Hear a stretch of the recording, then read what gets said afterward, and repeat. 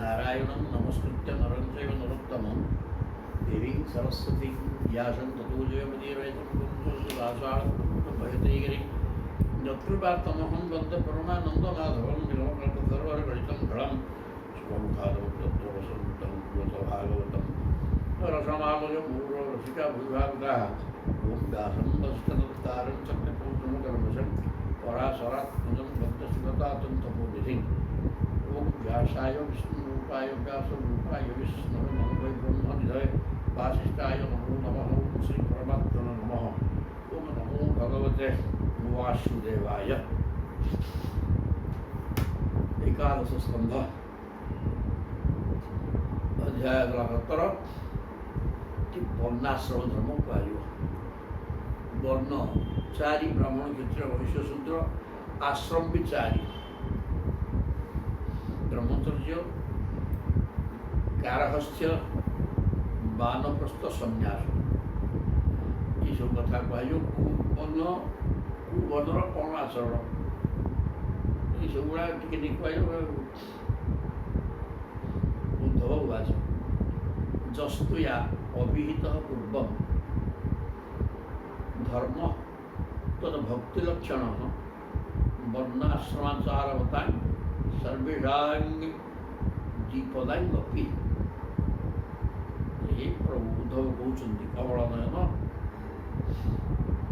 धर्म आचरण कले सकल वर्ण आश्रम बासी मनुष्य मान हृदय आपणकर कि भक्तिभाव आस वर्ण और आश्रम रही कुवर्ण कुवर्ण और कुआश्रम व्यक्ति कौन कौन कर्म कले आप शरणारविंद भाव भक्ति रही मुक्ति यहीटा मत स्पष्ट भाव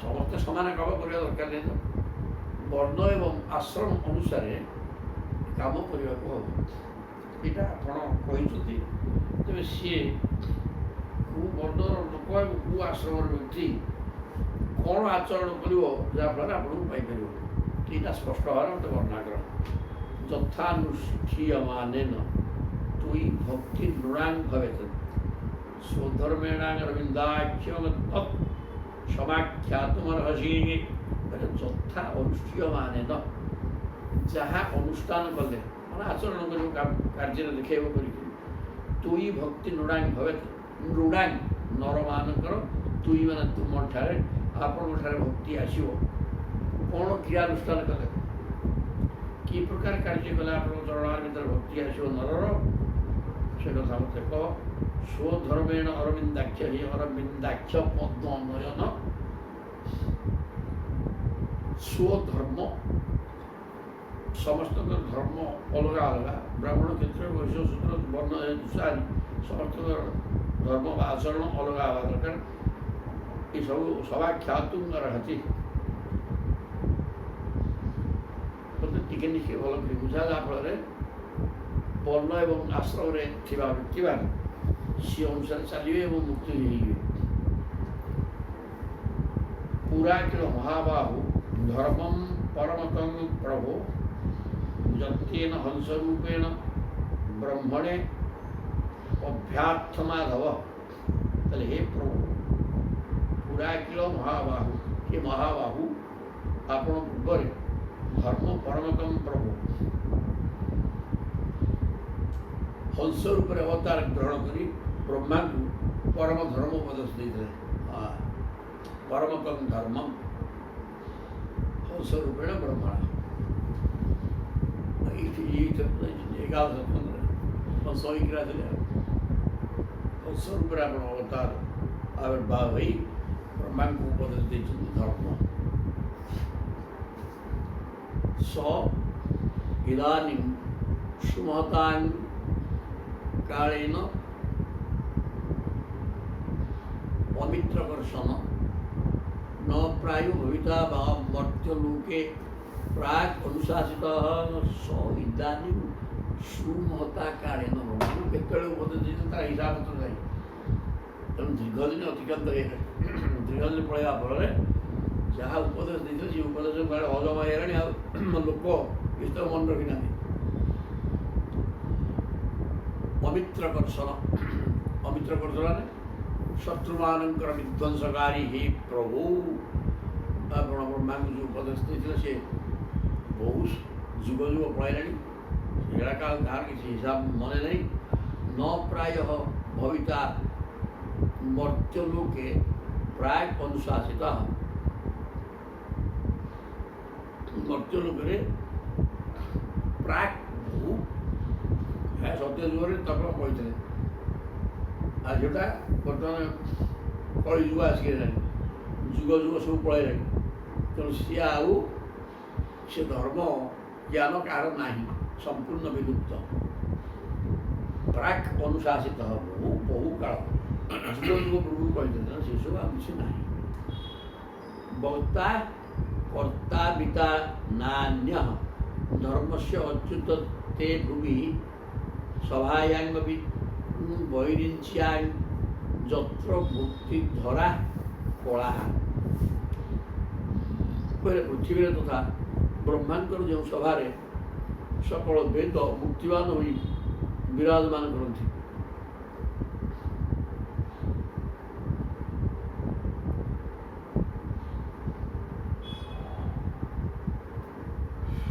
ବୈରିଞ୍ଚ୍ୟାଂ ସଭାୟାଂ, ବୈରିଞ୍ଚ୍ୟ ବିରିଞ୍ଚିରୁ ବୈରିଞ୍ଚ୍ୟ ହେଇଛି, ବିରିଞ୍ଚ୍ୟ ବ୍ରହ୍ମା, ବ୍ରହ୍ମାଙ୍କ ସଭାରେ ଯତ୍ର ମୂର୍ତ୍ତି ଧରା, ଯେଉଁଠି ବେଦା ମୂର୍ତ୍ତି ଧରା, ବେଦ ମାନେ ମନୁଷ୍ୟ ରୂପକୁ ନେଇକି ଥାନ୍ତି, ବକ୍ତା କର୍ତ୍ତା ବିତା, ସେଇ ଜାଗାରେ ଆପଣଙ୍କ ଛଡ଼ା ଅନ୍ୟ କେହି ବି ଏପରି ନାହାନ୍ତି ଯେ କି ଆପଣଙ୍କ ପ୍ରଦତ୍ତ ସେହି ଧର୍ମର ପ୍ରବଚନ ପ୍ରବର୍ତ୍ତନ ଅବା ସଂରକ୍ଷଣ କରିପାରିବେ। ବ୍ରହ୍ମାଙ୍କ ସଭାରେ ବେଦମାନେ ମୂର୍ତ୍ତିମାନ ହେଇକି ଥିଲେ ମଧ୍ୟ ଧର୍ମ ସମ୍ପର୍କରେ କହିବା କଥା, ଧର୍ମ କ'ଣ, ତାର ଧର୍ମର ଧର୍ମ କ'ଣ, କାହାକୁ ଧର୍ମ କହିବା, ତାକୁ କେମିତିକା ଆଚରଣ କରିବା, କ'ଣ ନାହିଁ, ଏଇସବୁ କଥା, ଧର୍ମ କେମିତି ସଂରକ୍ଷିତ ରହିବ, ଏଗୁଡ଼ାକ ଆପଣ ଆଉ ଜଣେ କିଏ କହିବେ, ମାନେ ବ୍ରହ୍ମା ନାହିଁ କି ବେଦ ନାହିଁ, କେହି ବି ଏ କଥା କହିପାରିବେ ନାହିଁ। ଧର୍ମ ଆପଣ ମୂର୍ତ୍ତିବାନ ଧର୍ମ ଏବଂ ଧର୍ମ ସମ୍ପର୍କରେ ସମ୍ପୂର୍ଣ୍ଣ ପୁରାପୁରି ଜ୍ଞାନଟା ଆପଣଙ୍କ ପାଖରେ ହିଁ ଅଛି, ଆଉ ଜଣଙ୍କ ପାଖରେ ନାହିଁ, କିଏ କହିପାରିବେନି। କର୍ତ୍ତା ପବିତ୍ରା ପ୍ରବକ୍ତା, ଆପଣ ଧର୍ମର କର୍ତ୍ତା ଏବଂ ସୁରକ୍ଷିତ କରିବା ଲୋକ ଏବଂ ଧର୍ମ ସମ୍ପର୍କରେ ପ୍ରବଚନ ଦେବା ଲୋକ, ଆଉ ଜଣେ କିଏ ନାହିଁ। ତତ୍ତ୍ୱଜ୍ଞ ସର୍ବଧର୍ମଜ୍ଞ ଧର୍ମ ସ୍ତୁଭକ୍ତି ଲକ୍ଷଣ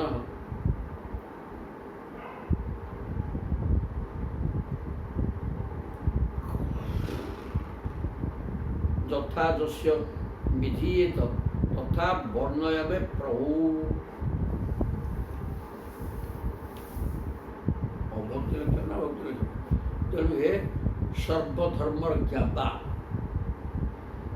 ସର୍ବଧର୍ମଜ୍ଞ, ସର୍ବଧର୍ମଜ୍ଞ, ସମସ୍ତ ଧର୍ମର ଜ୍ଞାତା ଏ ପ୍ରଭୁ, ଆପଣ ଧର୍ମ ମନୁଷ୍ୟକୁ ଆପଣଙ୍କର ଭକ୍ତି ପ୍ରଦାନ କରିଥାଏ ଯେଉଁ ଧର୍ମ, ଆପଣ ସେଇ ଧର୍ମ ବିଷୟରେ ବର୍ଣ୍ଣନା କରନ୍ତୁ ଏବଂ ସେ ଧର୍ମକୁ କିଏ କେମିତି ପାଳନ କରିବେ।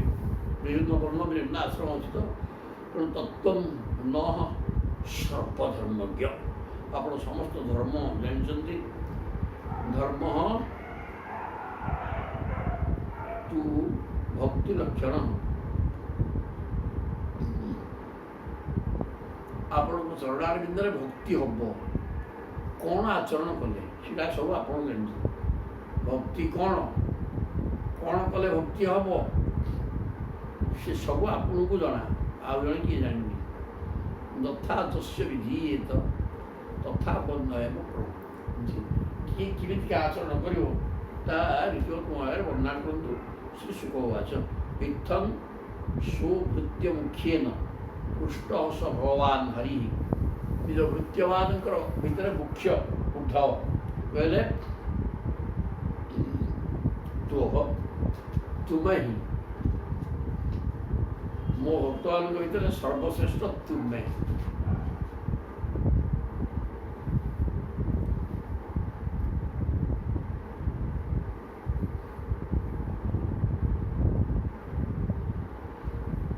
କହିଛନ୍ତି ଆଉ ଭକ୍ତ ଭିତରେ ତୁମେ ହିଁ ଏକ ନମ୍ବର। ତେଣୁ ଏ କଥା ପ୍ରଭୁ ମଙ୍ଗିଛନ୍ତି ଯେ ଉଦ୍ଧବ ହେଉଛନ୍ତି ସର୍ବଶ୍ରେଷ୍ଠ। ଇଥମ୍ ସ୍ୱଭୃତ୍ୟ ମୁଖ୍ୟେନ ନିଜର ଭୃତ୍ୟମାନଙ୍କ ଭିତରେ ମୁଖ୍ୟ ଉଦ୍ଧବଙ୍କ ଦ୍ୱାରା ପ୍ରଶ୍ନ ପଚରାଯାନ୍ତେ ଭଗବାନ ଶ୍ରୀହରି କୃଷ୍ଣଚନ୍ଦ୍ର କହୁଛନ୍ତି ପ୍ରୀତ ସିଏ କ୍ଷେମାୟ ମର୍ତ୍ୟାନାଂ। ଏଇ ଯେଉଁ ଯାହା ପ୍ରଭୁ କହିବେ ତାଙ୍କର ଜଣେ କେବଳ ଖାଲି ଉଦ୍ଧବ ଶୁଣିବେ, ସମଗ୍ର ମର୍ତ୍ୟବାସୀ ଶୁଣିବେ। ତେଣୁ ମର୍ତ୍ୟାନାଂ କ୍ଷେମାୟ ଧର୍ମାନ୍ ଆହ ସନାତନାନ୍। ସନାତନ ଧର୍ମକୁ କହିବା ଆରମ୍ଭ କଲେ। ସନାତନ ମାନେ ନିତ୍ୟ ସ୍ଥାୟୀ ସଦାବେଳେ ପାଇଁ ଯିଏ ଅଛି, ସେଇ ସନାତନ ଧର୍ମ ମାନେ ସଦାସର୍ବଦା ଯିଏ ଅଛି, ଯାହାର ଅପରିବର୍ତ୍ତିତ ଅବସ୍ଥାରେ ଯିଏ ସଦାବେଳେ ବିଦ୍ୟମାନ, ସେ ଧର୍ମର ପ୍ରଚାର କରିବାର କିଏ ନାହିଁ, କିନ୍ତୁ ସେ ଧର୍ମ ତାର ସିଏ ଅଛି। ଅନେକ ଧର୍ମ ପଇସା ପତ୍ର ଖର୍ଚ୍ଚ ହୋଇ ପ୍ରଚାର କରାଯାଉଛି କିନ୍ତୁ ସେ ଲୋପ ହୋଇଯାଉଛି, କିନ୍ତୁ ସନାତନ ଧର୍ମ ପ୍ରଚାରର ପ୍ରଶ୍ନ ନାହିଁ, ହେଲେ ସେମିତି ଅଛି। ତେଣୁ ଆପଣଙ୍କର ମୁଖ୍ୟ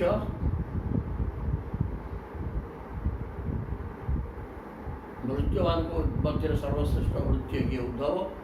ତାଙ୍କର ପ୍ରଶ୍ନ ଶୁଣି ଭଗବାନ କୃଷ୍ଣ ଖୁସି ହେଇଗଲେ ଏବଂ ଜଗତର କଲ୍ୟାଣ ପାଇଁ ସନାତନ ଧର୍ମ କଥା କହିଲେ। ସେ ଭଗବାନ ବାସ ଭଗବାନ କହୁଛନ୍ତି ଧର୍ମ୍ୟ ଈଶ ତବ ପ୍ରଶ୍ନ ନୈଶ୍ରୀ ଯଶ କରୁ ନୃଣାଂ ବର୍ଣ୍ଣାଶ୍ରମାଚାରବତାଂ ତମ୍ ଉଦ୍ଧବ ନିବୋଧମେ। ଧର୍ମ ଈଶ ତବ ପ୍ରଶ୍ନ ଧର୍ମ କ'ଣ? ତୁମ ହେ ଉଦ୍ଧବ ତମ ପ୍ରଶ୍ନ ହେଲା ଧର୍ମ କ'ଣ? ନୈଶ୍ରୀ ଯଶ କରୁ ନୃଣାଂ। ପ୍ରଶ୍ନ ହେଉଛି ଧର୍ମମୟ। ଏହା ସକଳ ବର୍ଣ୍ଣାଶ୍ରମ ଧର୍ମୀ ମନୁଷ୍ୟମାନଙ୍କୁ ପରମ କଲ୍ୟାଣ ସ୍ୱରୂପ ମୁଖ୍ୟ ପ୍ରାପ୍ତି କରାଇବ। ତେଣୁ ଧର୍ମ ଏହା ଯେ ଯେଉଁଟା ନୈଶ୍ରେୟସ କରୁ ନୃଣାଂ, ନର ସମୂହର ନିଶ୍ଚୟ କଲ୍ୟାଣ କରିବ, ମୁକ୍ତି ଦେଇଦେବ, ସେ ହେଲା ପ୍ରକୃତ ଧର୍ମ। ଆଉ ବର୍ଣ୍ଣାଶ୍ରମାଚାର ବତାଂ, ବର୍ଣ୍ଣ ଏବଂ ଆଶ୍ରମ, କେଉଁ ବର୍ଣ୍ଣ କ'ଣ ଆଚରଣ କରିବ, କେଉଁ ଆଶ୍ରମରେ ଥିବା ଲୋକ କ'ଣ କରିବ, ଏ ସବୁଗୁଡ଼ାକ ବର୍ଣ୍ଣ ଏବଂ ଆଶ୍ରମ ଧର୍ମ ମୁଁ କହୁଛି ଶୁଣ ଉଦ୍ଧବ। ଉଦ୍ଧବ ନିବୋଧମେ, ସାବଧାନ ଶୁଣ। ପୂର୍ବାଳ କହୁଥିବେ ସାବଧାନ ହେଇକିରି ଶୁଣ। ଆଦୌ କୃତ ଯୁଗେ ବର୍ଣ୍ଣ ନୃଣାଂ ହଂସ ଇତି ସ୍ମୃତାଃ। ସତ୍ୟ ଯୁଗରେ କିଛି ବର୍ଣ୍ଣ ଫର୍ଣ୍ଣ ନଥିଲା, ସମସ୍ତେ କହୁଥିଲେ ଅହଂ ସୋହମ୍। ସତ୍ୟ ଯୁଗ ସମସ୍ତେ କହୁଥିଲେ ସୋହମ୍। ବର୍ତ୍ତମାନ ଟିକି ପିଲାଟା ସତ୍ୟ ଯୁଗ, କାରଣ ସେ ସୋହମ୍ ଅବସ୍ଥାରେ ଅଛି। କଣ କପଟ କଣ, ଯଦ କଣ, ମାୟା କଣ, କଣ କଣ, ସଂସାର କଣ, ଘର କଣ, କିଛି ସେ ସମ୍ପୂର୍ଣ୍ଣ ନିଷ୍କପଟ ନିର୍ଲିପ୍ତ। ଏ ପ୍ରକାର ଭଗବାନ ବି ସେ ଅବସ୍ଥାରେ ଅଛି। ତେଣୁ ପ୍ରଥମ ଆରମ୍ଭଟା ସତ୍ୟ ଯୁଗ। ତେଣୁ ସେଠି ସମସ୍ତେ ଅହଂ ସୋହମ୍ ଅନୁଭବ କରୁଥିଲେ, ମୁଁ ହିଁ ବ୍ରହ୍ମ, ଏଇଟା ନିୟମ। ଆଦୌ କୃତ ଯୁଗେ ବର୍ଣ୍ଣ ନୃଣାଂ ହଂସ ଇତି ସ୍ମୃତଃ। କୃତ୍ୟ କୃତ୍ୟାଃ ନ ପ୍ରଜା ଜାତ୍ୟା ତସ୍ମାତ୍ କୃତ ଯୁଗଂ ବିଦୁଃ। କହିଲେ କୃତକୃତ୍ୟ ହୋଇଯାଉଥିଲେ ଲୋକମାନେ, ସମସ୍ତେ ଜନ୍ମରୁ କୃତକୃତ୍ୟ ହୋଇଯାଉଥିଲେ। ତେଣୁ ସେଇ ଯୁଗର ନାମ କୃତ ଯୁଗ ହେଇଗଲା। ଜନ୍ମରୁ କୃତକୃତ୍ୟ।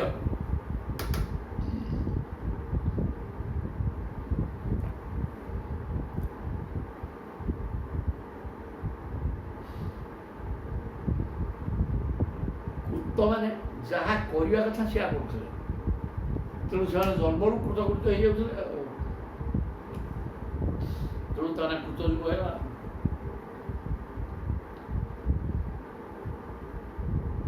वेदः प्रणवः एवाग्रे धर्मभंग स्वरूपद्रव। वेदः प्रणवः एवाग्रे, वेद फेद किसी नथिले आ ओम था खाली प्रणव ओंकार। ओम इत्येकाक्षरं ब्रह्म गीतारे कहाई। तेणु सत्य जुगरे किसी वर्ण नथला, समस्ते सोहम अनुभव करते।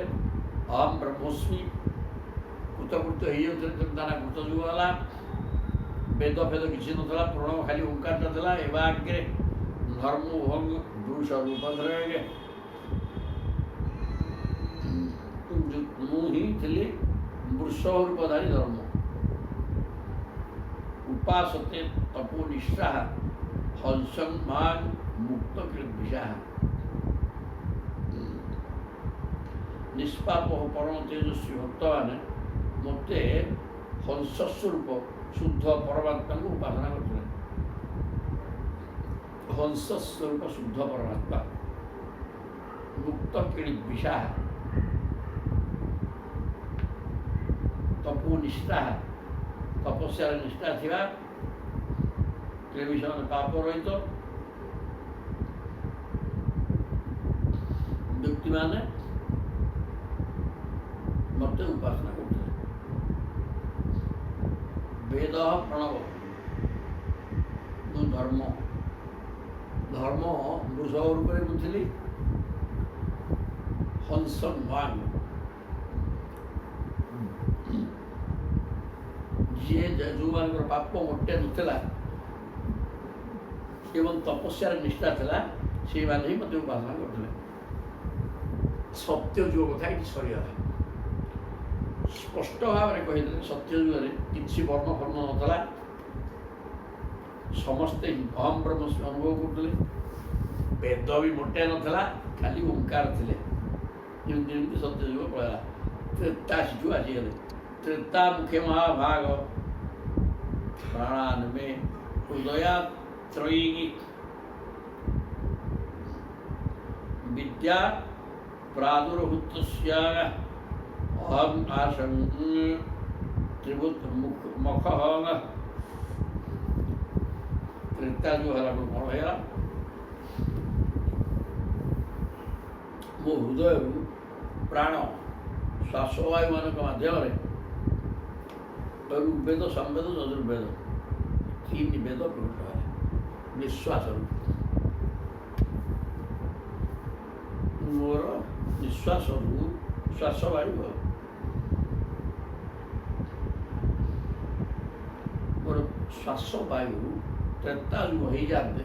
श्वासवायु तीन वेद त्रयी ऋग यजुर्साम तीन वेद बाहर प्रादुर्भूत अहम आसन त्रिभुत मख।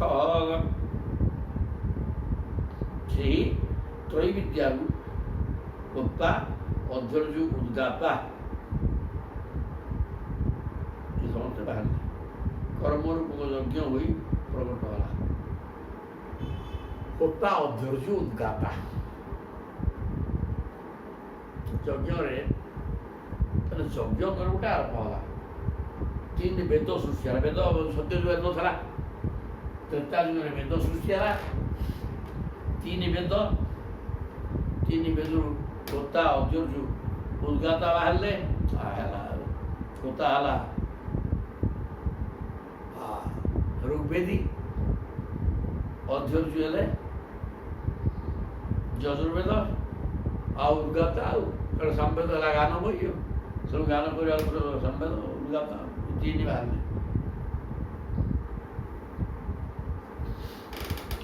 तापरे विप्र क्षत्रिय बीट शूद्रा मुखबाहु उपादका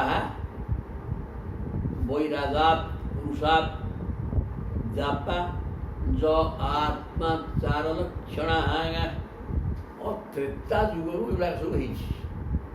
ବେଦ ନଥିଲେ କିଛି ବି ନଥିଲା। ଆଉ ସମସ୍ତେ ତ ଈଶ୍ୱର ପରାୟଣ ହେଇକି ଥିଲେ, ଘର ନେଇ ଦଳ ନେଇ କିଛି ନେଇ ଗୋଟେ ଗୋଟେ ଲୋକ ବୁଢ଼ୀ କ'ଣ ହେଇକି ରହୁଥିଲେ, ଜଙ୍ଗଲ ଭିତରେ ବୁଲିକି କିଛି ନଥିଲା। ତେଣୁ କ'ଣ ଖାଇଲେ ଖାଇଲେ, ନ ଖାଇଲେ ନ ଖାଇଲେ, ବସିଲେ ବ୍ରହ୍ମସ୍ୟ ଅନୁଭବ କରିବେ। କେବଳ ଭଗବାନଙ୍କୁ ଚିନ୍ତନ କରିବା ହେଲା କାମ। ପତ୍ର ଫଳ ଫୁଳ କୁଆଡ଼େ କ'ଣ ପାଇଲେ ଖାଇଦେଇକି ଅଗ୍ନିହୋତ୍ର ବି ଦରକାର ନାହିଁ ବୋଲି ବୋଲିକି ସେମିତି ରହୁଥିଲେ ଏବଂ ଚାଲିଲା। ସତ୍ୟ ଯୁଗଟା ପଳେଇଲା। ବେଦ ନଥିଲେ, ଖାଲି ଓଙ୍କାର, କିଛି ଜାତି ବର୍ଣ୍ଣ ଧର୍ମ କିଛି ନାହିଁ, ସମସ୍ତେ ଗୋଟେ, କେବଳ ଅହମ୍ ବ୍ରହ୍ମସ୍ମ ଅନୁଭବ କରିବା। ତ୍ରେତା ଯୁଗରେ ସବୁ ସୃଷ୍ଟି ହେଲା। ବ୍ରାହ୍ମଣ କ୍ଷତ୍ରିୟ ବୈଶ୍ୟ 3, ଋକ୍ ଯଜୁ ସାମ 3 ସବୁ ହେଲା। मुखबाहुर पादका बहिराजात पुरुषत जाता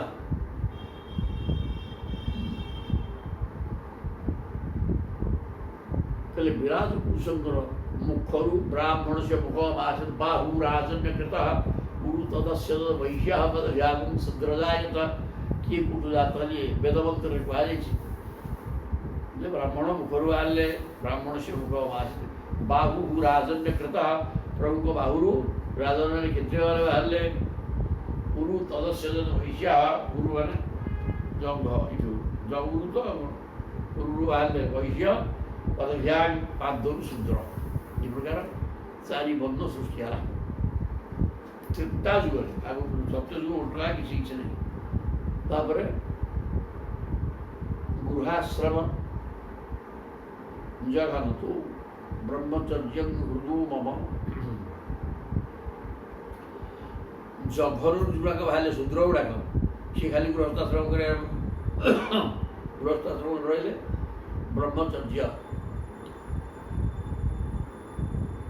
गृहस्थाश्रमटा बाहर मोर जंघरू चुथुर शूद्र बाहर थे वैश्य बाहर थे आउ ब्रह्मचर्य हृदय मम ब्रह्मचर्यटा मो हृदय वक्षस्थानात्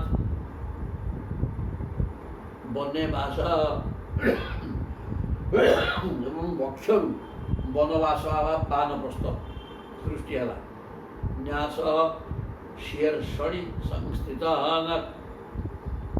ଆଉ ସନ୍ନ୍ୟାସ କୋଉଠୁ ହେଲା କି ନା ଶୀର୍ଷଣୀ ମାନେ ମୁଣ୍ଡିଟା ହେଲା ସହସ୍ରାର ଏଠି ପ୍ରଭୁ ଅଛନ୍ତି। ଆଉ ସନ୍ନ୍ୟାସ କ'ଣ କି ସେଠିକି ତ ପଳେଇବା। ତେଣୁ ଏଠୁ ସନ୍ନ୍ୟାସ ବାହାରିବ। ଚମତ୍କାର କଥା ଇଏ ହେଲା। ଗୃହସ୍ଥାଶ୍ରମଟା ବାହାରିଲା ଜଗନ ଦେଶରୁ, ହୃଦୟରୁ ବାହାରିଲା ବ୍ରହ୍ମଚର୍ଯ୍ୟାଶ୍ରମ, ବକ୍ଷସ୍ଥଳରୁ ବାନପ୍ରସ୍ଥ ଏବଂ ଶୀର୍ଷରୁ ସନ୍ନ୍ୟାସ ବାହାରିଲେ। ତେଣୁ ବର୍ଣ୍ଣାନାଂ ଆଶ୍ରମାଣାଂ च जन्मभूमि अनुसारिणी आसन प्रकृतयो नृणां निचोत्तमोत्तमः। तो ये जो वर्ण वर्णानां आश्रम वर्ण एवं आश्रम सृष्टि है तो कौटू के सृष्टि है प्रभुर विभिन्न अंगरू। तेणु जोटा निकृष्ट अंगरू बाहर सी निकृष्ट हेले जे उत्कृष्ट अंगरू बाहर जे उत्कृष्ट ब्राह्मणटा मुखरू बाहर मुखटा सर्वश्रेष्ठ स्थान ब्राह्मण सर्वश्रेष्ठ है। बाहुटा कौन क्षत्रिय वाला बाहु बाहर जंघरू वैश्य सूत्र वाला पादरू। तेणु क्रम सेमती ब्राह्मण श्रेष्ठ तादर क्षत्रिय तादर वैश्य तादर सूत्र तला गले स्थान अनुसार देखिले ठीक तला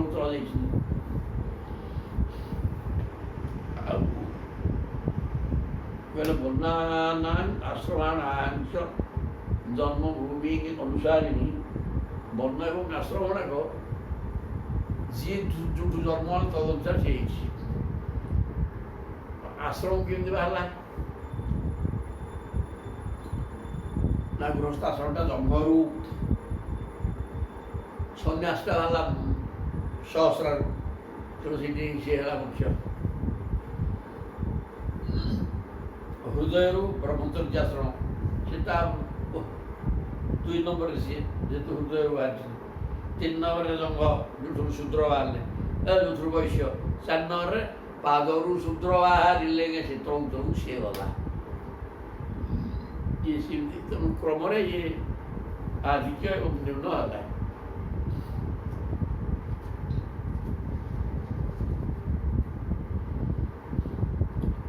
समू दम तप शौचम संतोष ख्यातिरर्जवम मद भक्तिश्च दया सत्यम ब्रह्म प्रकृतय जिमाहांगा। ताले आग धर्म क्या था ना ब्राह्मण आओ ब्राह्मण धर्म कौन होता ना बहुत शुण बोले सम दम सब माने अंतकरण शांत हो दम माने इंद्रिय दमन अंतरिंद्रिय माने मन बुद्धि चित्त अहंकार चित्त ये सब शांत। दम माने इंद्रिय दमन तप तपति तप तप माने उत्तप्त हवा बड़ किसी गोटे साधना करके ईश्वर व्यवस्था तप। शौचम पवित्रता पवित्रता गाधे पाधे पड़े हजा आसिक साबुन लईकि पवित्र ना मोटे सी नुहर शरीर पवित्र मोटे किसी ना ईश्वरटा है मलायतन ढाका मिशटारे माछुटा जहाँ तू से ना या पवित्र लाभ कौन मन फुट कपट छंद माया परश्रिकातर हिंसा हिंसा सब तो परिपूर्ण मन में अच्छी मनटा को परिष्कार करदे यू छंद माया फुट कपट को छाड़ी दी परिष्कार हो जाए बापा ताना प्रकृत शौच अटे। ये शरीर गंगा जल लईकी साबुन लईकी गाधेले शरीर शौचर किसी अर्थ ना भितरटा टे शुचिकर। शौचन संतोष जी मिली जहाँ अच्छे आम से खुशी रहा संतोष। क्षांति क्षमा गुण आर्जवंग सरलता मद्भक्तिश्च मो चरणार भर भक्ति प्रभु कौन दया किए असुविधा पड़ी तो दया करवा। सत्यम सत्य कहवा सब ब्राह्मणर कर्म ब्रह्म प्रकृत हत्तिमा। क्षत्रियर तेजु बलम धृति शौर्यम तितिक्षा औदार्यमुद्यम स्थैर्यं ब्रह्मण्य ब्रह्मण्यता ऐश्वर्यम क्षत्र प्रकृत हत्तिमा। क्षत्रियर प्रवृत्ति कौन हवा दरकार है शुण ये क्षत्रिय धर्म कौन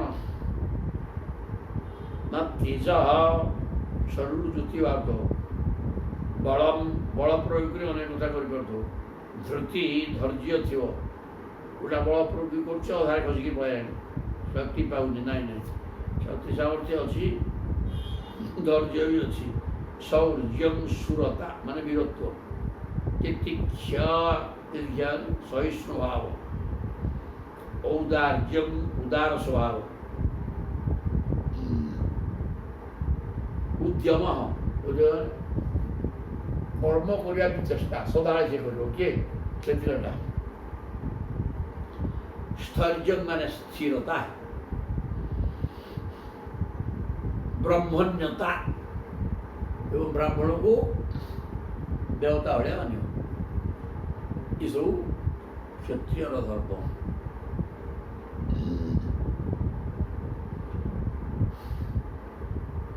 ऐश्वर्य ऐश्वर्य भोग कर क्षत्र प्रकृत हत्तिमा एटा क्षत्रिय ऐश्वर्य भोग सी कर कहीं रजा हो ऐश्वर्य भोग। आस्तिक्यम दान निष्ठा अदम्भो ब्रह्म सेवनम अतुष्टि अर्थोपचयी वैश्य प्रकृत हत्तिमा। अब वैश्य प्रकृति शुण वैश्य प्रकृति आस्तिक्यम अस्तिक ये जन अच्छा आस्तिक्य भाव भगवान अच्छा मानवा आस्तिक्य भाव। दान निष्ठा दबा दबारे निष्ठा रहा जी जहाँ महिला कला तो दे लो दान निष्ठा आस्तिक्य भाव च अदम्भ दम्भोक्ति सी जहाँ नुह बड़ बड़ कथा कह वैश्य पाखे मुंडा ठीक नुह ब्रह्म सेवनम ब्रह्म विग्रह सेवा ब्रह्म सेवनम अतुष्टि ही जिते अर्थ आसे सतोष हेनी कारण पैसा टंका पैसा आदाय कर मालिक टंका जमेगार मालिक अच्छे तेणु अतुष्टि ही जिते मिले भी खुशी हबार नहीं इटा तार धर्म मध्य अर्थु अचयी ही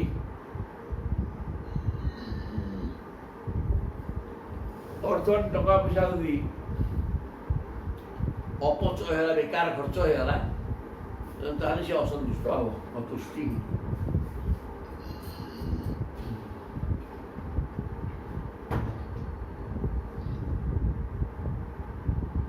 संचय सन्तुष्ट है खर्च होगा मरला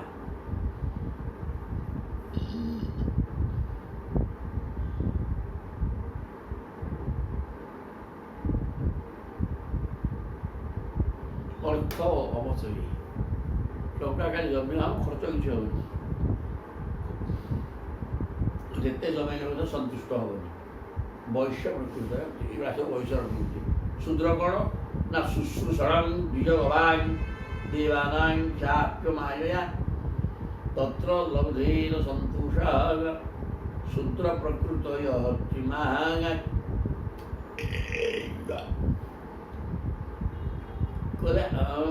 शुश्रूषण द्विज भवान द्विज माने ब्राह्मण गाई देवता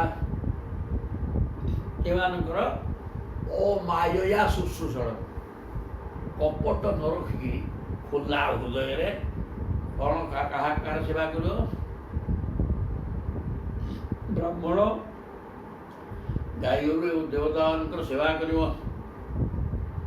किए शूद्र तत्र लब्धेन सन्तोष से जी जहाँ देला आ सेवा कला तो मागणा कर सब देवे से जी मिलला से खाई रहा शूद्र प्रकृत कला शूद्र प्रकृति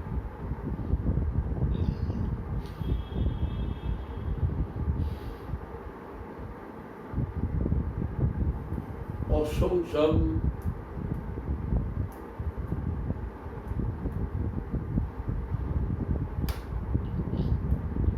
अशौचम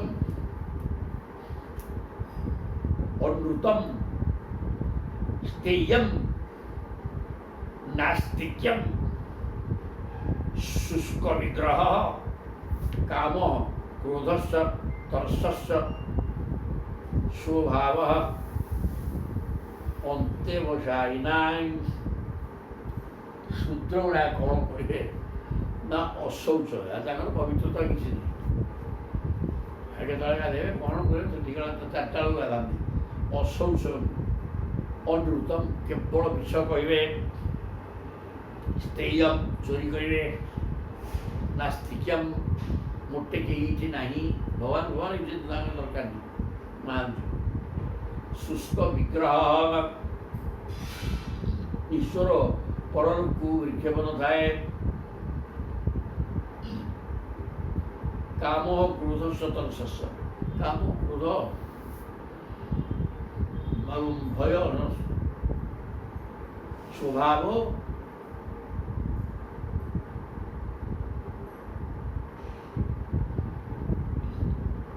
अंत्यवशायिनां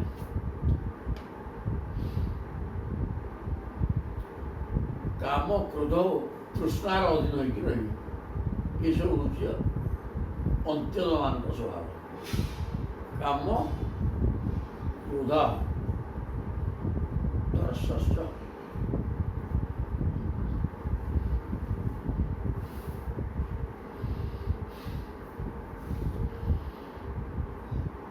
तृष्णा काम क्रोध सहित तृष्णा अहिंसा सत्यं अस्तेयं काम क्रोध लोभता भूत प्रिय ही देहास धर्मजंग सार्ववर्णिक प्रत्येक वर्णर स्वतंत्र धर्म कहगला आउ सबू धर्मर लोक केतोड़े कथा भी करने को हम सीटा कहला सबू समस्त समान भाव में कर ब्राह्मण क्षेत्र वैश्य सूत्र जी भी हो विवाह करने को कौन कौन सुराग ना अहिंसा अहिंसा समस्ते पाड़िया को बात ब्राह्मण क्षेत्र वैश्य सत्य कहवा समस्ते पाड़िया को सत्यम अस्तेयम चोरी न करवा अकाम क्रोध लोभता काम क्रोध लोभ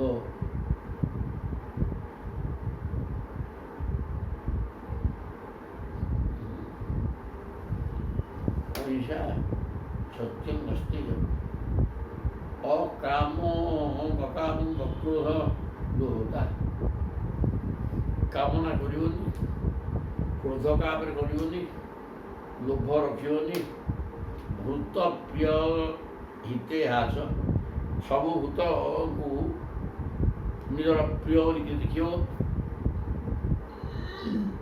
प्रिय हिते हा एवं समस्त कल्याण चिंता कर सब भूत भितर मोर प्रभु श्रीकृष्ण अच्छा वासुदेव सर्वम ए प्रकार चिंतन कर समस्त कल्याण कर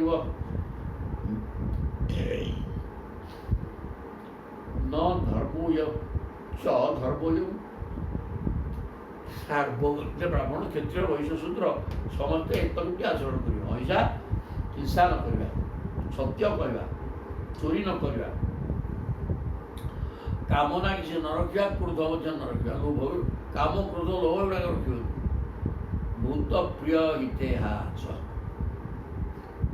समस्त भूत को सर्वभूत हिते रता सब भूत प्रति प्रिय भाव रखा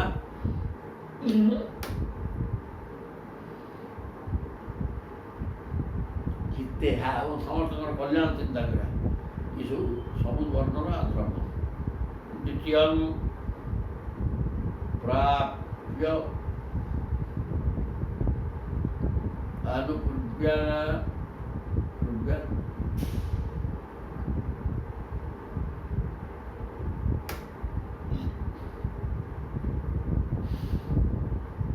द्वितीय प्राप्य अनुपूर्व्या जन्म पनयन प्रिय वसन गुरुकुले दंत ब्रह्मा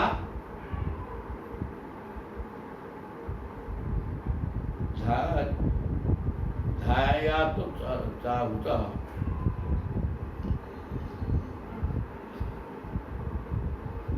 ब्रह्मा धीत चाहुत कहले द्वितीय प्राप्य अनुपूर्व्यत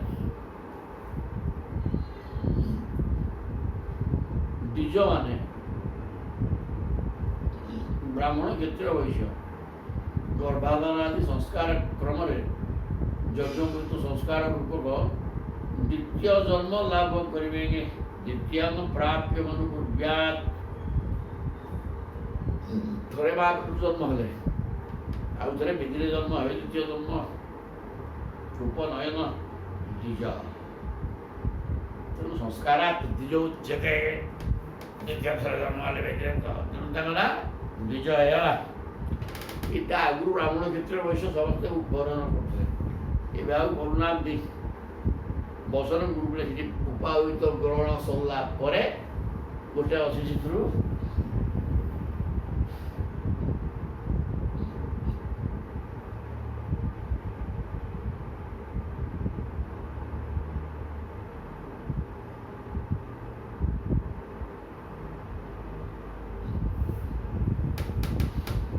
गुरुकुल को सीधा जा ब्रह्मचारी एवं गुरुकुल को चलिए वसन गुरुकुले दांत ब्रह्मा दीप चाहुत आचार्य आज्ञा हेले वेद अध्ययन करने सहित वेदवाक्यर अर्थ विषय विचार करेंगे ବ୍ରାହ୍ମଣ କ୍ଷେତ୍ର ବୈଶ୍ୟ ଏ ତିନି ପ୍ରକାର ଲୋକ କ'ଣ କରିବେ ନା ଉପନୟନ ସଂସ୍କାର ତାଙ୍କର ହେବ। ହେଲା ପରେ ବେଦାରମ୍ଭ କରିବା ପାଇଁ ସିଧା ବ୍ରହ୍ମଚାରୀ ବେଶ ହେଇ ଆଶ୍ରମକୁ ଯିବେ। ଆଜିକାଲି ଆଉ ତ ଆଶ୍ରମ ନାହିଁ କି ବ୍ରହ୍ମଚାରୀ ହେବାର ନାହିଁ, ତେଣୁ ତାକୁ କହୁଛନ୍ତି ଟିକେ ବାଟ ଚାଲିକିରି ଯା, ଗାର ତିନିଟା ପକେଇ ଗାର ଆଉ ନେଇକିରି ଯାଆନି, ଯାହା ପଚାରୁଛି କହ ମୁଁ ବତେଇ ଦେବ, କିଛି ଅସୁବିଧା ନାହିଁ। କ'ଣ ନା ମୋତେ ହଁ ମାମୁଁ ବ୍ରତ କଲେ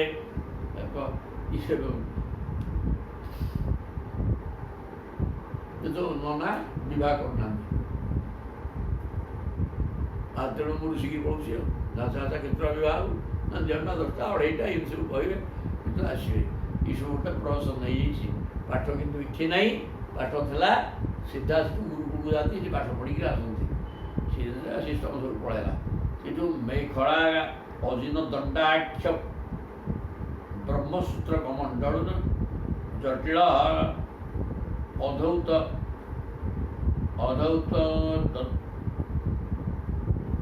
तद्वाशः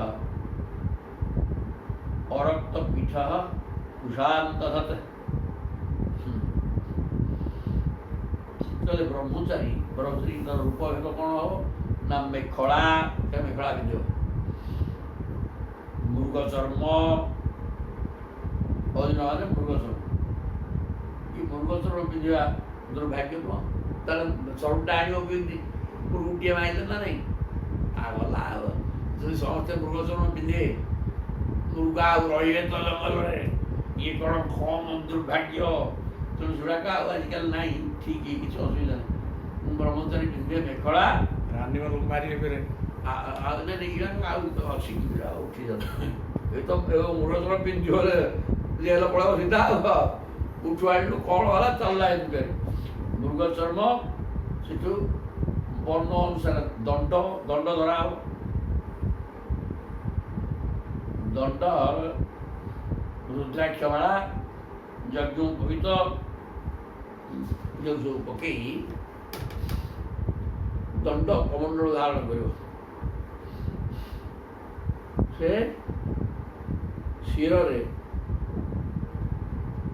ଜଟା, ହାତରେ କୁଶ ଧାରଣ କରିବ। ସୌକ୍ଷଣତା ପାଇଁ ଦାନ୍ତ ଲୁଗାପଟା ସଫା କରିବ ନାହିଁ।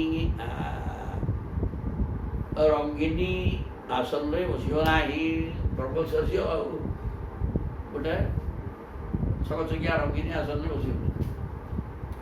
ରଙ୍ଗିନୀ ଆସନ ସବୁ ତ ରଙ୍ଗିନୀ ଆସନ, ସେ ପ୍ଲେନ୍ ଆସନରେ ବସିବ, ଦାନ୍ତ ବି ବସିବନି।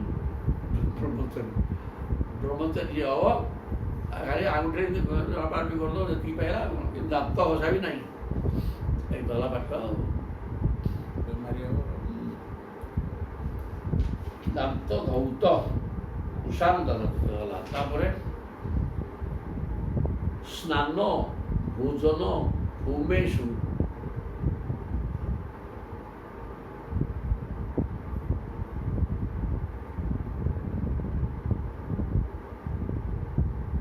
ଜପୋଚାରେ च ବାକ୍ ଯତଃ न छिद्यात् नखरोमाणि कक्ष उपस्थगतान्यपि। कहले से स्नान भोजन होम जप मलमूत्र त्याग करने समय मौन रहा। केते सुंदर कथा लिखा। स्नान बेले पाटितुंड कर, खाइला बेले पाटी फिटेबनी, जब होम फोम चलती पाटी फिटेबनी। जपोच्चारे च बाक जतः बाक शब्द बोल आजिकल खाइला भी गछ गछ हो मागଣା ଲେଖାହେଇ ହେଲେ ଗଛ ଗଛ ହେଲେ କି ଆସ ସେ ଖାଦ୍ୟ ସବୁ ଠିକ୍ ହେବ। ଧୀରେ ସୁସ୍ଥ ଗିଳି ଦେଇଯିବ, ଚାଲ ଯା।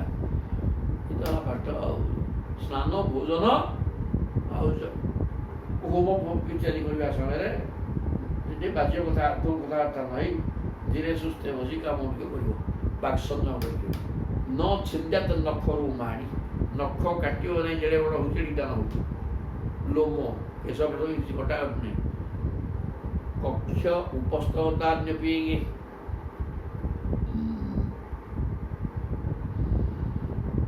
ଲୋମ କାଟିବ ନାହିଁ। ଗଲା। ତାପରେ ଋତୁ ନାବକିରତ ଜାତୁ ବ୍ରହ୍ମ ବ୍ରତ ଧର ସ୍ୱୟଂ ଅବକୀର୍ଣ୍ଣେ ଅବଗାହ୍ୟାସୁ ଯତାସୁ ତ୍ରିପଦାଂ ଜପେତ୍। ଏବଂ ବ୍ରହ୍ମକୁ ଧାରଣ କରିକି ରଖିବ। ବ୍ରହ୍ମ ତ ଭଗବାନ ସ୍ୱୟଂ ନାହିଁ, ବୀର୍ଯ୍ୟଟା ବି ବ୍ରହ୍ମରେ ବାପା। ତେଣୁ ତୁମେ ବ୍ରହ୍ମ ପାଇବାକୁ ହେଲେ ବ୍ରହ୍ମକୁ ଆଗ ସଂଯତ କର, ନହେଲେ ତା ଭିତରେ ଥିବା ରକ୍ତ ଅସ୍ଥି ମଜା ସବୁ ହେଇକି ସେସବୁ ବ୍ରହ୍ମ ତିଆରି ହେଉଛନ୍ତି, ତା ନା ବୀର୍ଯ୍ୟ ବା ବ୍ରହ୍ମ। ତେଣୁ ବ୍ରହ୍ମକୁ ସ୍ଖଳନ କରାଯିବ ନାହିଁ, ବ୍ରହ୍ମଚର୍ଯ୍ୟ ପାଳନ ତା ନା କୁହାଗଲା। ବ୍ରହ୍ମକୁ ପାଳନ, ବ୍ରହ୍ମଚର୍ଯ୍ୟ ପାଳନ କଲେ ବ୍ରହ୍ମ ମିଳିବେ। ତେଣୁ ଚେତ ରେତ ନାବକିରତ ଜାତୁ, କେବେ ହେଲେ ବୀର୍ଯ୍ୟ ସ୍ଖଳନ କରିବ ନାହିଁ। କାରଣ ତମେ ବ୍ରହ୍ମଚାରୀ ହେଇକି ରହିବ। ଯଦି କୌଣସି କାରଣ ହେଇଗଲା ତାହେଲେ ଉଠିବ, ଗାଧୁଆଗାଧି କରିବ, ଗାୟତ୍ରୀ ଜପକୁ କରିବ ପାପ ଖଣ୍ଡନ ପାଇଁ। ସୁନ୍ଦର କଥା। ଅଗ୍ନି, ଅର୍କ, ଆଚାର୍ଯ୍ୟ, ଗାଈ, ଅଗ୍ନି अर्काचार्य गो विप्र गुरु वृद्ध सुरान शुचि समाहित उपासित सध्येच जतवाक जपन। बोले अग्नि मान सूर्य, अग्नि तो अग्नि, अर्क मान सूर्य, आचार्य गुरु, गाई, विप्र ब्राह्मण, गुरु गुरु गोटे विद्या गुरु गोटे कर्म गुरु, दी गुरु अछन। तेणु ये गुरु गुरु गुरु गुरु गुरु गुरु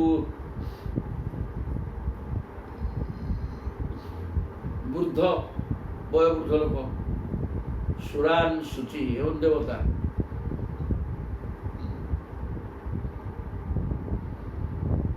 एमान सबू पवित्रतार सहित समाहित हो उपासित, एमान सब उपासना कर। सन्ध्येच जतवान जपन, सन्ध्या त्रिसन्ध्यार स्नान करके जप कर। बोले गुरु जे साक्षात ईश्वर, गुरु को नमणिम नर, गुरुटी सर्वदेव मोये, मुनिब सखी गुरु देहे, लिखेनि गुरु भगवान से नुहे मनुष्य समान। आचार्य मान बीजानियत नाम मान्यत कर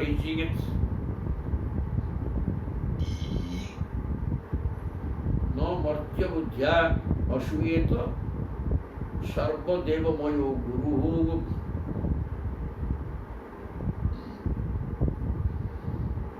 सन्ध्या तीन थर गायत्री जप गुरु अधिक शिशु गले कहले गुरु आचार्य मान बीजानियत।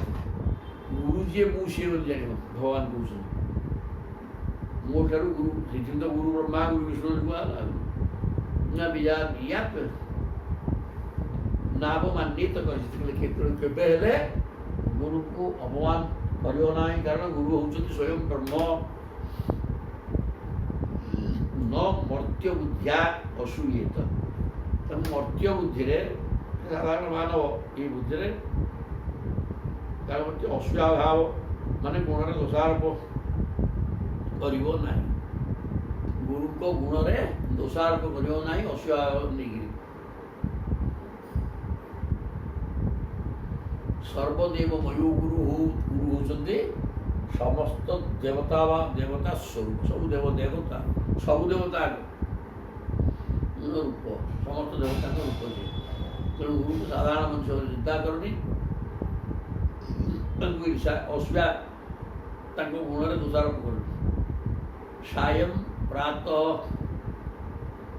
उपानीय भैक्ष्यं तस्मै निवेदयते, जत्सान्नत अपि अनुज्ञातं उपजुञ्जाजुञ्जित संजपः। सायं प्रातः उपानीय भैक्ष्यं, ସକାଳେ ଥରେ ଭିକ ମାଗିଯିବ, ଉପରବେଳା ଥରେ ଭିକ ମାଗିଯିବ। ଯାହା ଭିକ୍ଷା ଧରିକି ଆସିଲ ଗୁରୁଙ୍କ ପାଖେ ଥୋଇଦେବ। ଯଚ୍ଛ ଅନ୍ୟତ ବି ଅନୁଜ୍ଞାତ ଉପଯୁଞ୍ଜିତ। ତେଣୁ ଥୋଇଦେଲା ପରେ ଗୁରୁ ଯାହା ଦେଲେ ତାକୁ ହିଁ ଖାଇବ। ତାଙ୍କର ଆଦେଶ ନେଇକରି ଗୁରୁ ପ୍ରଦତ୍ତ ଜିନିଷକୁ ଭକ୍ଷଣ କରିବ। ଯାହା ପାଇକିଣ ସବୁ ଗୁରୁଙ୍କ ପାଖେ ଥୋଇଦେବ, ସେଥିରୁ କିଛି ଖାଇବନି। ଯୁଞ୍ଜିତ ସନ୍ଦତ ଶୁଶ୍ରୂଷମାଣ ଆଚାର୍ଯ୍ୟ ସଦା ଉପାସିତ ନିଚବତ। ଯାନ ଶଯ୍ୟା ଆସନ ସ୍ଥାନେ ହି ନାତି ଦୂରେ କୃତାଞ୍ଜଳି। ଗୁରୁକୁ ଶୁଶ୍ରୂଷା ସେବା କରୁଥିବ। ଆଚାର୍ଯ୍ୟ ଶୁଶ୍ରୂଷମାଣ ସଦା ଉପାସିତ ନିଚବତ। ଚାକରଟା ନିଚ ବ୍ୟକ୍ତି ଯଦି ଲଇ ସହିକି ସେବା କରେ, ଗୁରୁକୁ ସେମିତି ସେବା କରିବ, ସେଠି ଆଉ ମୁଣ୍ଡ ଉପରକୁ ଟେକିଲେ ହେବନି। ଯାନ ଶଯ୍ୟା ଆସନ ସ୍ଥାନୀ ନାତି ଦୂରେ କୃତାଞ୍ଜଳି।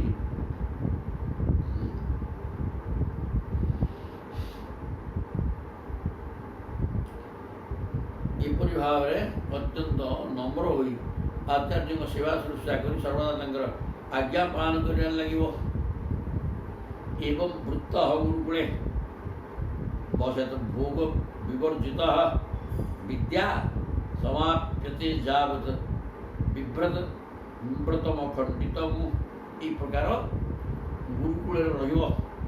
ବସେତ ଭୋଗ ବିବର୍ଜିତ, ଭୋଗ ଭିତରେ ନ ଔଷଧ ଅଛି, ଡଲ ପ୍ରଗତି ପଡ଼ିବ, ଏସି ଲାଗିବ ନାଇଁରେ ପୁଅ, ସେଠି କିଛି ନାହିଁ। ପ୍ରକୃତି ଦତ୍ତ ବାୟୁ ଭିତରେ ରହିବ। ଧୀରେ ସୁସ୍ଥେ ଭୋଗ୍ୟ ସାମଗ୍ରୀ ସେଠି ପ୍ରଶ୍ନ ନାହିଁ। ସବୁ ଶିଷ୍ୟ ସେ ଭିତରେ ରହିବେ, ଆଉ ତୁମେ ସେ ଭିତରେ ରହିବ। ରହିକିରି ଗୁରୁକୁଳରେ ଭଗବାନ ପରା ନିଜେ ଯାଇଥିଲେ ଗୁରୁକୁଳ, ସେଠି ସେମିତି ଦାଦନା ରହିଥିଲେ। ତେଣୁ ସେଇଟା ଭୋଗ ତମ ଘରେ ଅଛି ବୋଲି ରଜା ପିଲା ଯାଇକି ଗୁରୁକୁଳରେ ରହନ୍ତି, ସେ ଭିତରେ ରହନ୍ତି ନା। ଏ ପ୍ରକାର ହବ। ଭୋଗ୍ୟ ସାମଗ୍ରୀ କୌଣସି ଭୋଗ୍ୟ ସାମଗ୍ରୀ ଭୋଗ କରିବାର ନାହିଁ। ବିଦ୍ୟା ସମାପ୍ୟତେ ଯାବତ, ଯେତେ ଦିନ ପର୍ଯ୍ୟନ୍ତ ବିଦ୍ୟା ସଠିକ୍ ଗ୍ରହଣ ହେଇନାହିଁ, ଗୁରୁକୁଳରେ ରହିକି ଗୁରୁଙ୍କ ସେବା ଶୁଶ୍ରୂଷା କରି ବିଦ୍ୟା ଅଧ୍ୟୟନ କରୁଥିବ।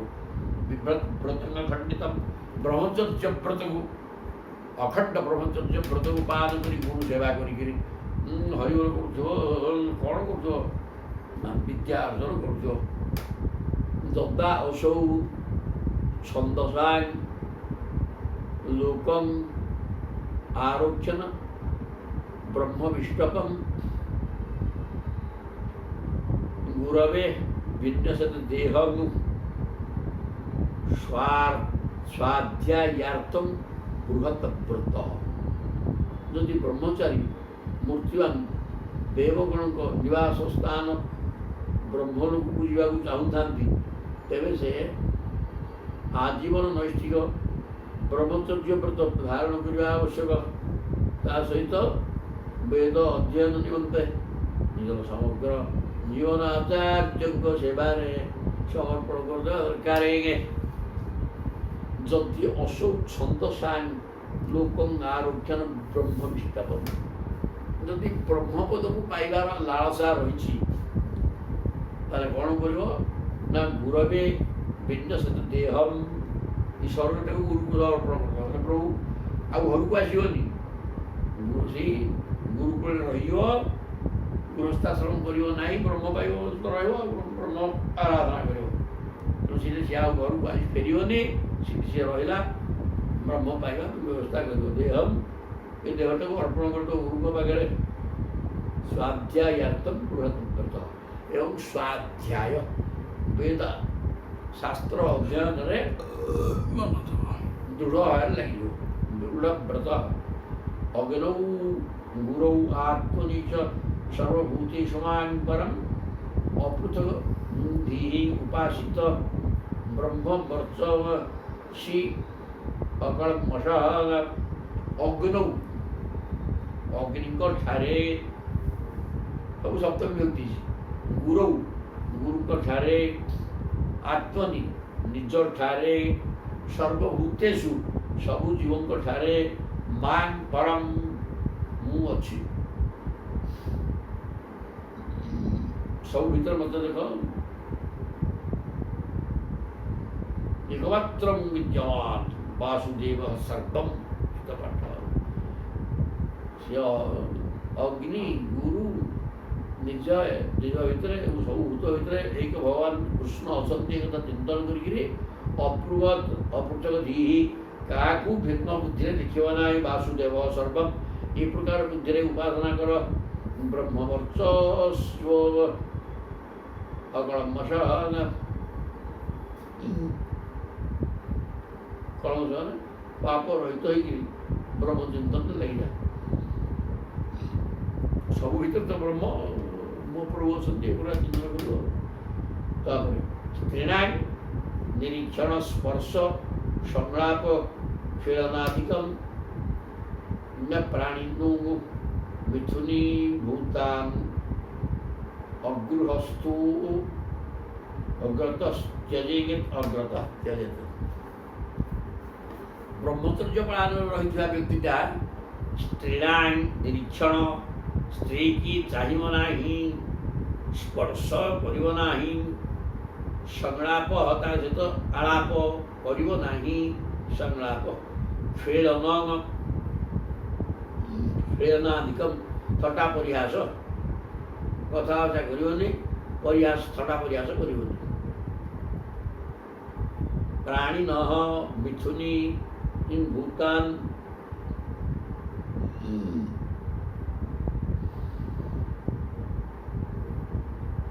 बहुत दूर से मैथुन रत प्राणी मान आड़ को दृष्टिपात करने अनुचित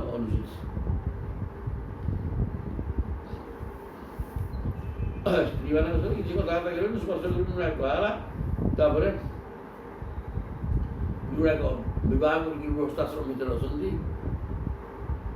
मिथुनी भूतान अगृहस्थ अग्रत त्यजेत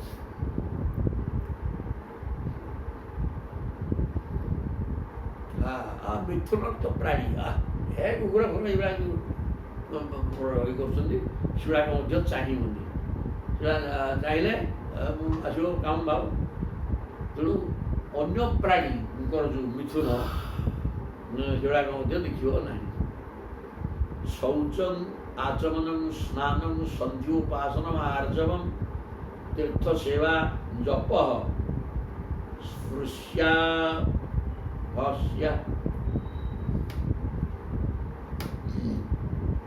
स्पृश्या भक्ष्यांग संभाष्य वर्जनम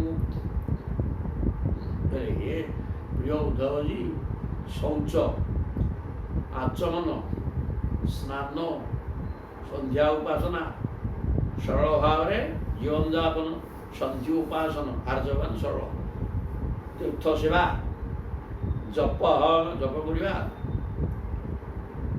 अस्पृश्य भक्ष्या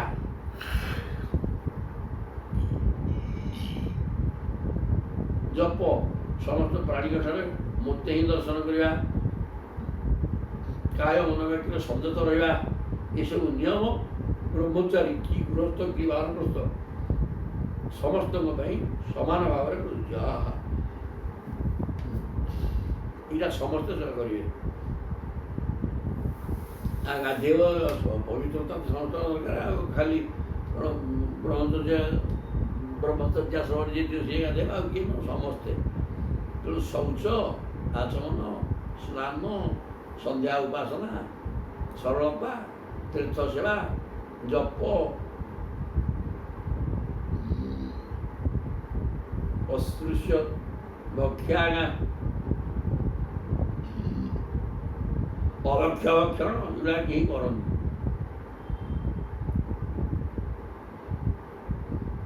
संभाष्य वर्तन ए गुड़े कथा कहवा ଆଉ ଯେଉଁ କଥା ଏଗୁଡ଼ା ସବୁ ବର୍ଜନ କରିବ। ଏଇଟା ସବୁ ବର୍ଣ୍ଣର ମାନେ ଏଠି ସମସ୍ତ ସବୁ ଆଶ୍ରମ ପାଇଁ ଏଇ ତକାକ ଗୋଟେ ନିୟମ।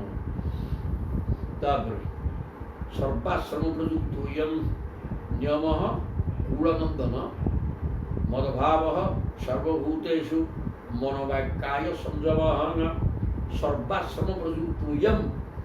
এই କଥା ଗୁଡ଼ାକ ସବୁ ଆଶ୍ରମବାସୀଙ୍କ ପାଇଁ ସମାନ ଏବଂ ମାନିବାକୁ ନିୟମ ହେ କୁଳନନ୍ଦନ। କୁଳନନ୍ଦନ କିଏ ସେ? ଉଦ୍ଧବଙ୍କୁ କହୁଛନ୍ତି। ମଦଭାବ ସର୍ବଭୂତେଷୁ ସମସ୍ତ ଭୂତ ଭିତରେ ବାସୁଦେବ ସର୍ବମ୍ ମୋରି ଭାବନା କରିବ। ସବୁ ଭିତରେ ମୋତେ ଦେଖିବ। ମନୋବାକ୍ୟାୟ ସଂଯମ ମନ ବଚନ ଏବଂ କାୟ ଗୁଡ଼େ ବଡ଼ ବଡ଼ ହେଇକିରି କହିବା ଠାରୁ ଦୁର୍ଭାଗ୍ୟ ନା ଏଥିରେ ଅଧିକା ଶକ୍ତି କ୍ଷୟ ହେବ। ତେଣୁ ମନ ବଚନ କାୟ ମନ ବାକ୍ୟରେ କାୟ ମନ ବାକ୍ୟକୁ ସଂଯମ କର। ଏବଂ ବୃହତ୍ ବ୍ରତଧର ବ୍ରାହ୍ମଣ ଅଗ୍ନିବ ଜ୍ୱଳନ। ଆଉ ଏଇଭଳିଆ ବ୍ରତ କରିକି ରହିଲେ ବ୍ରାହ୍ମଣଟା ତ ଜଳିବ ନିଆଁ ଭଳିଆ, ବ୍ରହ୍ମତେଜ ବାହାରିବ। ମଦ୍ଭକ୍ତ ତୀବ୍ର ତପସା ଦଗ୍ଧ କର୍ମାଶୟୁ ଅମଳ। এই প্রকার ସବୁ ବ୍ରତ ଭିତରେ ରହିଲେ ଆଇନ କାନୁନ ମାନିକିରି ବ୍ରତଧର ବ୍ରାହ୍ମଣ କ'ଣ ହବ ନା ବ୍ରହ୍ମ ତେଜରେ ଦୀପ୍ୟମାନ ହବ। ଆଉ ମଦ୍ଭକ୍ତ ତୀବ୍ର ତପସା ଯେ ମୁଁ ଭକ୍ତ ହେଇଯିବ, କଠୋର ତପସ୍ୟାର୍ଥ ହବ। ଏବଂ ସମସ୍ତ କର୍ମ ଜଞ୍ଜାଳ ପୋଡ଼ିକି ନଷ୍ଟ ହେଇଯିବ। ସାଂସାରିକ କର୍ମ ଆଡ଼େ ତା ମୁଣ୍ଡ ଆଉ ଯିବ ନାହିଁ। କର୍ମାଶୟ ଅମଳ ଫଳରେ ସିଏ ଅମଳ ମାନେ ତାର ଚିତ୍ତ ନିର୍ମଳ ହେଇଯିବ। ଆଉ ଦୁଇଟା ବଢ଼େଇଦେବା ଅର୍ଥା ନନ୍ତର ଭାବେକ୍ଷମ ଯଥା ଜିଜ୍ଞା ସୀତାଗମା ଗୁରବେ ଦକ୍ଷିଣାଙ୍ଗତ୍ୱା ସ୍ନାୟାତ୍ ଗୁର୍ବନୁମୋଦିତ। ଅର୍ଥ ଅନନ୍ତରମ୍ ଆବେକ୍ଷମ ଯଥା ଜିଜ୍ଞା ସୀତାଗମ। ପାଠପଢ଼ା ସରିଗଲା। ବ୍ରହ୍ମଚାରୀ ଯଦି ଗୃହସ୍ଥାଶ୍ରମକୁ ପ୍ରବେଶ କରିବାକୁ ଚାହେଁ ତାହେଲେ ଗୁରବେ ଦକ୍ଷିଣାଙ୍ଗତ୍ୱା ଗୁରୁକୁ ଆଗ ଦକ୍ଷିଣାଟି ଦେଇଦେବ। ତାପରେ ବିଧିପୂର୍ବକ ବେଦାଧ୍ୟୟନ ଶେଷ କରି ଆଚାର୍ଯ୍ୟଙ୍କୁ ଦକ୍ଷିଣା ଦାନ କରିବ। ତାଙ୍କର ଅନୁମତି ନେଇକିରି ସମାବର୍ତ୍ତନ କରିବ। ସ୍ନାୟାତ୍ ଗୁର୍ବନୁମୋଦିତ ଗୁରୁଙ୍କ ଆଦେଶ ନେଇକିରି ସମାବର୍ତ୍ତନ କରିବା। ବ୍ରତ ସମୟରେ ତାର ସମାବର୍ତ୍ତନ ଗୁରୁ କୂଳରୁ ଫେରିବା। ସେ ଗୁରୁ କୂଳକୁ ଯାଆନ୍ତି ମଝିରେ ଖରାପ ହୋଇକିରି ଘରକୁ ସେଠୁ ଯାଆନ୍ତି ନା ଗୁରୁ କୂଳରୁ ଫେରିବା।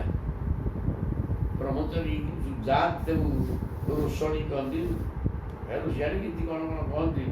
ସେ ଋଷିକିରି ଯିବା ତ ଋଷିକିରି ନୁହଁ, ଗୁରୁକୁ ନେଇକି ପାଠ ପଢ଼ିବାକୁ ଯିବା। ସେଇଟା ନ କରିକିରି ଏବେ ଆଉ ଗୋଟେ ପ୍ରକାର ହେଉଛି। ଆଉ ତାପରେ ଫେରିବ ଗୁରୁଙ୍କ ନିର୍ଦ୍ଦେଶ ନେଇକିରି ଗୁରୁ ଦକ୍ଷିଣା ଦେଇକିରି। ଗୃହମ୍ ବନମ୍ ଉପବିଶେତ୍ ପ୍ରବ୍ରଜତବାଦ୍ ଦ୍ୱିଜୋତ୍ତମ ଆଶ୍ରମം ଗଚ୍ଛତ୍ ନାନ୍ୟଥା ମତ ପରଶ୍ଚରିତ୍ ଗୃହମ୍ ବନମ୍ ବା ଉପବିଶେତ୍। ପାଠପଢ଼ା ସରିଗଲା ତ ଗୁରୁ ଦକ୍ଷିଣା ଦିଆ ସରିଲା।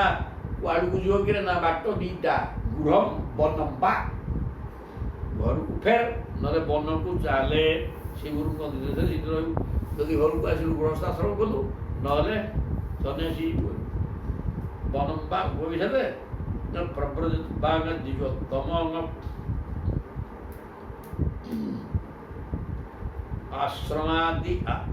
ଆଶ୍ରମମ୍ ଗଚ୍ଛତ୍। ଯିଏ ଘରକୁ ଫେରିଲା ସିଏ କ'ଣ କରିବ? ଗୋଟିଏ ଗୋଟିଏ ଆଶ୍ରମ ପାଳନ କରିବ। ବ୍ରହ୍ମଚର୍ଯ୍ୟ ସରିଲା, ଗୃହସ୍ଥାଶ୍ରମରେ ରହିବ। ସେଠୁ ବାନପ୍ରସ୍ଥ ହେବ, ଶେଷକୁ ସନ୍ନ୍ୟାସୀ ହେବ। ଗଚ୍ଛତ୍ ନାନ୍ୟଥା ମତପର ଶରୀର। ବ୍ରାହ୍ମଣ ଯଦି ହେଇଥିବେ ତେବେ ସନ୍ନ୍ୟାସ ବି ଗ୍ରହଣ କରିପାରିବେ କିମ୍ବା କ୍ରମଶଃ ଭ୍ରମଣ ହୋଇଥିଲେ ସାଙ୍ଗେ ସାଙ୍ଗେ ବିଦ୍ୟା ସରିଲା ତ ସନ୍ନ୍ୟାସ ହେଇଯିବେ। ଆଉ ନହେଲେ ଯଦି ସନ୍ନ୍ୟାସ ନ ହେଇକି ଘରକୁ ଫେରିଲେ ତାହେଲେ ଗୃହସ୍ଥାଶ୍ରମରେ ରହିବେ। ତାପରେ ବାନପ୍ରସ୍ଥ ସେଠୁ ସନ୍ନ୍ୟାସୀ ହେବ।